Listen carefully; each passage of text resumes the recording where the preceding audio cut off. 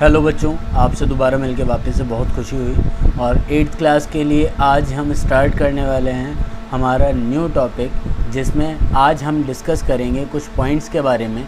जैसा आप यहाँ देख सकते हैं, अभी जस्ट आपका जो नया पॉइंट है जो हम आज बढ़ने वाले हैं वो होगा about sowing of seeds. Okay, then we will discuss about manure, okay, and fertilisers also, and then we will discuss about difference between fertilizers and manures, and then we will discuss about advantages of manure over the fertilizers and then irrigation. Okay, so ये हमारे पास में आज के topics रहेंगे जो आज हम डिस्कस करने वाले हैं। तो इन सभी टॉपिक्स को बड़े ध्यान से देखिएगा आगे वीडियो में, जिससे कि आपको ये पॉइंट समझ में आ सकें। ठीक है, सो लेट्स गो। ओके बच्चों, तो welcome to our channel. And जैसा और मैंने आपको बताया था कि हम डिस्कस करने वाले हैं आज the crop production and management chapter में। हमारा जो आज का टॉपिक है that is as you seeing solid manure, मतलब sowing manure, fertilisers and irrigation. ये हमारा लेक्चर नंबर 5 है। ठीक है, ये हम आज स्टार्ट करने वाले हैं, तो लेट्स गो, आज हम स्टार्ट करते हैं। जैसा मैंने आपको बताया कि हमारे पास सोइंग प्रोसेस क्या होता है। अगर सोइंग के बारे में डिस्कस करें, then in this process before sowing we have to select the seeds. जैसा मैंने बोला कि हमें सीड्स का सिलेक्शन करना बहुत ज़रूरी है। That is our priority to select the proper seed. अगर हम प्रॉपर सीड को सेलेक्ट नहीं करेंगे, इन दैट केस क्या होगा, हमारे पास में सीड्स बेकार निकल सकते हैं और उसके बाद क्रॉप हमारी प्रॉपरली ग्रो नहीं करेगी। राइट, तो ये हमारे पास में इसका एक रीज़न है। नेक्स्ट, अब इसके आगे हम अगर देखें तो इसमें और क्या होगा, सिलेक्शन ऑफ सीड्स कैसे होगा। So selection of seeds done by pouring some water in the vessel contain the seeds. मतलब हमारे पास में सिलेक्शन कैसे होगा, जब जो वेसल है जिसमें सीड्स रखे हुए हैं उसमें थोड़ा वाटर डाल देंगे, तो उसके बाद में क्या होगा, वहाँ हम उसको सेलेक्ट करने का मतलब उसमें सिलेक्शन करेंगे। कैसे, देखो, इसमें कुछ हेल्दी सीड्स रहेंगे, वो क्या करेंगे, that will sink. Okay, that will sink, and then जो हमारा रिमेनिंग पार्ट रहेगा वो क्या होगा, वो हमारे पास में उसमें जस्ट फ्लोट करने लग जाएगा। राइट, ओके, यहाँ ये आपको स्लाइड में एक चीज़ मिस्टेक दिख रही होगी। यहाँ सिंक मतलब इस सिंग की जगह आप यहाँ सिंक कर लीजिएगा। राइट, यहाँ आप कर दीजिएगा सिंक। ठीक है, SINK। ओके, तो थोड़ा टाइपिंग मिस्टेक हो गई यहाँ पर, सो यहाँ इसको प्रॉपर कर लीजिएगा। ठीक है, so it will sink. Okay, now in the next topic is, ये जो हमारे पास में सेपरेशन होगा, इस सेपरेशन के बाद क्या होगा, healthy seeds from damaged ones we do the sowing process. मतलब जो भी हमारे पास में सेपरेशन होगा हेल्दी सीड्स का फ्रॉम डैमेज वन, उसके बाद हम क्या करेंगे, सोइंग प्रोसेस को स्टार्ट करेंगे। राइट, और इसके लिए हमारे पास में 2 मेथड हैं। ठीक है, कौन कौन से, ट्रेडिशनल मेथड होगा और हमारे पास होगा सीड ड्रिल। ठीक है, नाउ अब हम बात करते हैं सोइंग में हमारे पास जो ट्रेडिशनल मेथड है उसमें क्या होगा, हमारे पास में it is shaped like a funnel. Okay, funnel की तरह ये होता है। Then the seeds fell in the funnel and pass through the 2 or 3 pipes. Okay, जो हमारे पास क्या होगा, जिनका एक शार्प एंड होगा, वो क्या करेंगे, धीरे धीरे धीरे धीरे उसको अंदर ज़मीन में डालते जाएंगे। अब हम जैसा कि आगे देख रहे हैं सीड ड्रिल के बारे में, तो सीड ड्रिल हमारे पास क्या होगा, देखिए, सीड ड्रिल का सिंपल सा मीनिंग है, this seed drill process is just use for sowing with the help of tractors. Okay, tractors के थ्रू इसको हम सोइंग प्रोसेस को कंप्लीट करेंगे यहाँ पर। नाउ इसमें क्या होगा, the sowing the seeds uniformly at equal distances and depth. मतलब इसके ये क्या करेगा, जो इक्वल डिस्टेंस है वहाँ पर इसको जस्ट शो करेगा, यानी उस सीड्स को लगाता जाएगा 1 by 1। ठीक है, now it ensures that seeds get covered by the soil after sowing। मतलब सीड्स हैं वो प्रॉपरली कवर हो जाएं सोइंग के बाद में, तो ये भी हमारे को इंश्योर करना चाहिए। इससे क्या होता है, जो पक्षी वगैरह होते हैं ना, यानी बर्ड्स, वो उसको खाएंगे नहीं। ठीक है, सीड्स को, अदरवाइज़ वो तो अपना फूड समझ के भाई साहब पूरा फिनिश। ठीक है, तो ये चीज़ यहाँ पर ध्यान रखिएगा। नेक्स्ट इसके आगे बढ़ते हैं। आगे हमारे पास पॉइंट है एडिंग मैन्योर एंड फर्टिलाइज़र्स। देखिए मैन्योर और फर्टिलाइज़र्स क्या होते हैं, the substance which are added to the soil in the form of nutrient, मतलब हमारे पास जो न्यूट्रिएंट होगा उसके फॉर्म में हम उसे फिल करेंगे, जो क्या करेंगे for the healthy growth of plants are these, so इनकी हेल्दी ग्रोथ के लिए, so these are called manure and fertilisers. चलिए अब इसके बाद हम बात करते हैं मैन्योर के बारे में। सो ये मैन्योर होगा क्या? मैन्योर का मीनिंग हमारे पास होता है it is an organic substance obtained from the decomposition of plant and animal waste, मतलब प्लांट और एनिमल वेस्ट का जो डिकम्पोजिशन होगा उसके थ्रू ये ऑब्टेन किया जाएगा, राइट। इसके बाद क्या होगा, farmers dump the plant and animal waste and in pits, okay, मतलब वो क्या गड्ढों में धीरे धीरे वो सारी के सारे एनिमल वेस्ट और प्लांट वेस्ट को जस्ट उसमें रखेंगे और उसके बाद में क्या करेंगे and allow it to decompose, उसको डिकम्पोज करने के लिए उसको पिट को वापस से फिल कर देंगे यानी पैक कर देंगे। Then the decomposition is caused by some microorganism, मतलब ये जो डिकम्पोजिशन होगा ये माइक्रो ऑर्गेनिज्म की वजह से होगा and the decomposed matter is used as organic manure, और ये डिकम्पोज्ड मैटर क्या होगा ऑर्गेनिक मैन्योर की तरह यूज़ होगा।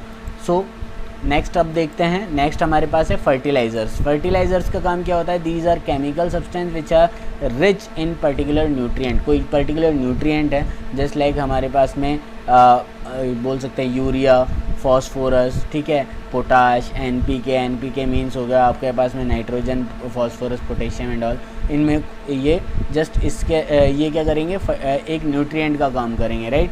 सो ये फर्टिलाइज़र्स जो होंगे ये कहाँ प्रोड्यूस होते हैं, फैक्ट्रीज़ में प्रोड्यूस होते हैं। कुछ एग्जांपल इनके मैंने यहाँ लिखे हुए हैं just like urea, ammonia, sulphate, phosphate and superphosphate, potash etcetera, NPK also.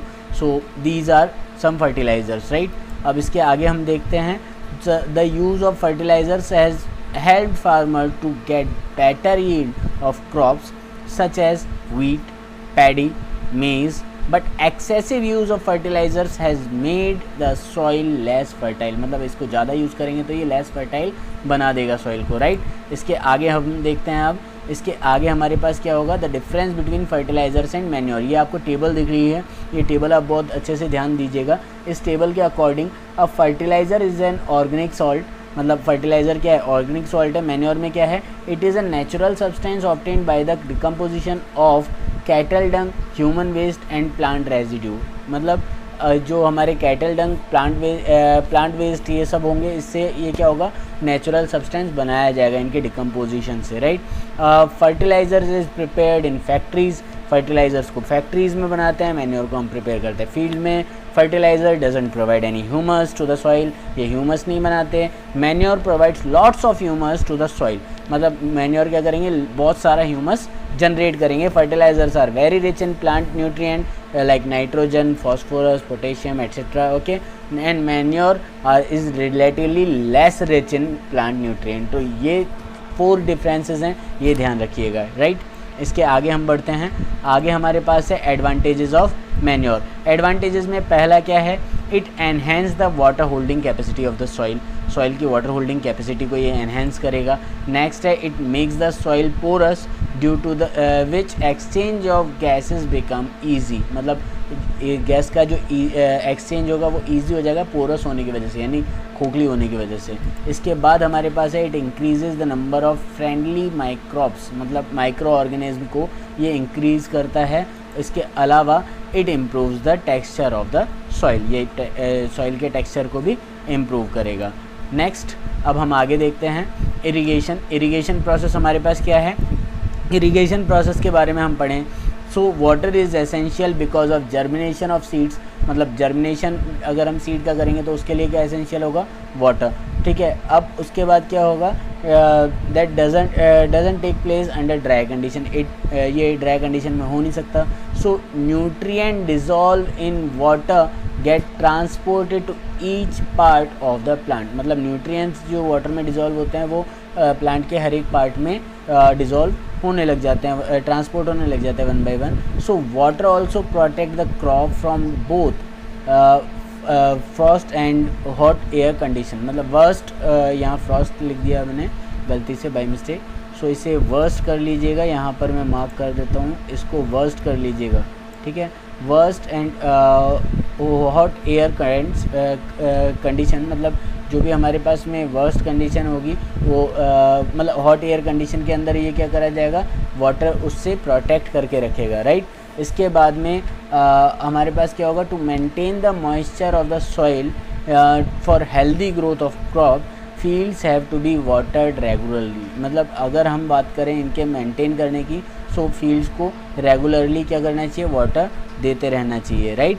इसके आगे हम देखें, अगर अगला पॉइंट इसी में देखें तो क्या होगा, the supply of water to crops at different intervals is called irrigation. मतलब जब वाटर की सप्लाई देते रहेंगे टाइम बाय टाइम, सो इसको हम क्या बोलेंगे, इरिगेशन बोलेंगे। The time and frequency of irrigation varies from crop to crop, soil to soil and season to season. मतलब ये जो हमारे फ्रिक्वेंसी होगी, ठीक है, इरिगेशन की, ये वेरी करेगी क्रॉप से क्रॉप पर। अगर मैं बात करूँ इसमें मतलब सॉइल से सॉइल में, और हमारे सीज़न से सीज़न में ये वेरी करती जाती है, अलग अलग कंडीशंस, ठीक है। सो इसके बाद आप देख सकते हैं सोर्सेज ऑफ इरिगेशन हमारे पास कौन कौन से हैं।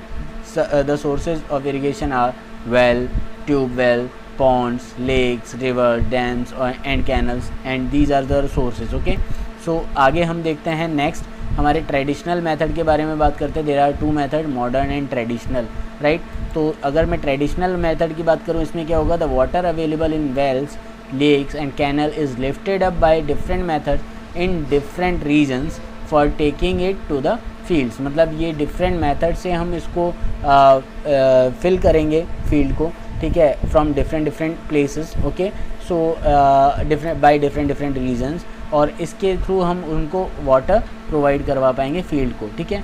नाउ इसमें हमारे पास जो ट्रेडिशनल मेथड है वो कौन कौन से हैं, मोट है, चेन पंप है, ढेकली है, राहत है, ये सारे हमारे पास में ट्रेडिशनल मेथड हैं। आगे हम बात करते हैं कुछ मॉडर्न मेथड ऑफ इरिगेशन की। So modern method of irrigation help us to use water economically. मतलब हमारे पास मॉडर्न मेथड क्या करेगा, इकोनॉमिकली हम उससे यूज़ कर सकते हैं जो भी हमारे पास में ये मतलब जितनी भी क्रॉप्स हैं, मतलब वाटर है, वाटर का जो इरिगेशन होगा टू द क्रॉप्स वो बहुत ही इकोनॉमिकली होगा, बहुत कम पानी में ज़्यादा फसल वहाँ पैदावार होगी, राइट। इसके आगे हम देखें तो हमारे पास में कौन कौन से मेथड हैं, sprinkler system and drip system.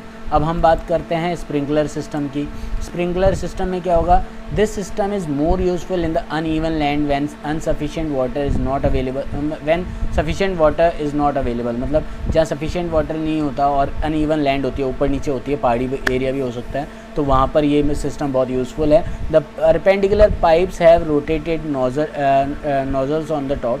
मतलब इसमें रोटेटिंग नोजल्स उसके ऊपर रहती हैं, तो धीरे धीरे फुहारा करते रहते हैं, अपने गार्डन्स में देखा होगा, ठीक है। इसके बाद क्या होगा, when water is allowed to flow through the main pipe under pressure with the help of pump, it escapes from the rotating nozzle. मतलब वो क्या करेगा, जैसे ही उसमें से निकलेगा पंप में से, तो उसके बाद वो एस्केप करेगा नोजल में से बाहर निकलेगा, and it gets sprinkled on the crop.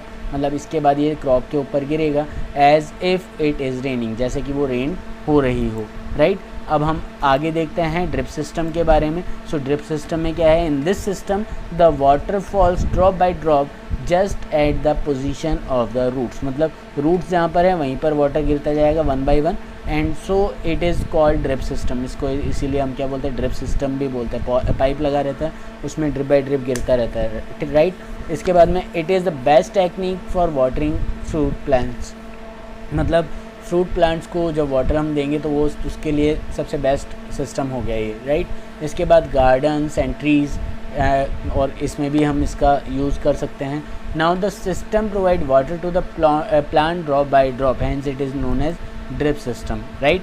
Next हम देखते हैं आगे असाइनमेंट नंबर 3, क्योंकि यहाँ तक हो गया हमारा टॉपिक कंप्लीट। असाइनमेंट नंबर 3 में जो क्वेश्चन है वो ये हैं। फर्स्ट क्वेश्चन है, what do you mean by the seed drill, तो ये आपको बताना है। सेकंड आपके पास में है, what are the benefits of seed drill over the traditional tools, and third हमारे पास है, how should we select the seed for sowing.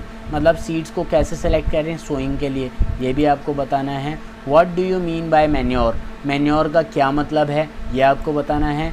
Differentiate between manures and fertilizers, differentiate करना है मैन्योर्स और फर्टिलाइज़र्स में, ये आपको बताना है, और साथ में explain modern method of irrigation, ये आपका लास्ट टॉपिक है। तो आज के लिए जहाँ तक मैंने आपको बता सकता था मैंने पूरी कोशिश करी। होप सो आपको वीडियो बहुत पसंद आया होगा। So for today I am just saying thank you for watching this video and hope so आपको इसी तरह से कंटिन्यूसली टीच करता जाऊं और आपको पॉइंट टू पॉइंट हर चीज़ बताता जाऊं, उम्मीद यही है। So for today have a good day, stay at home and stay safe.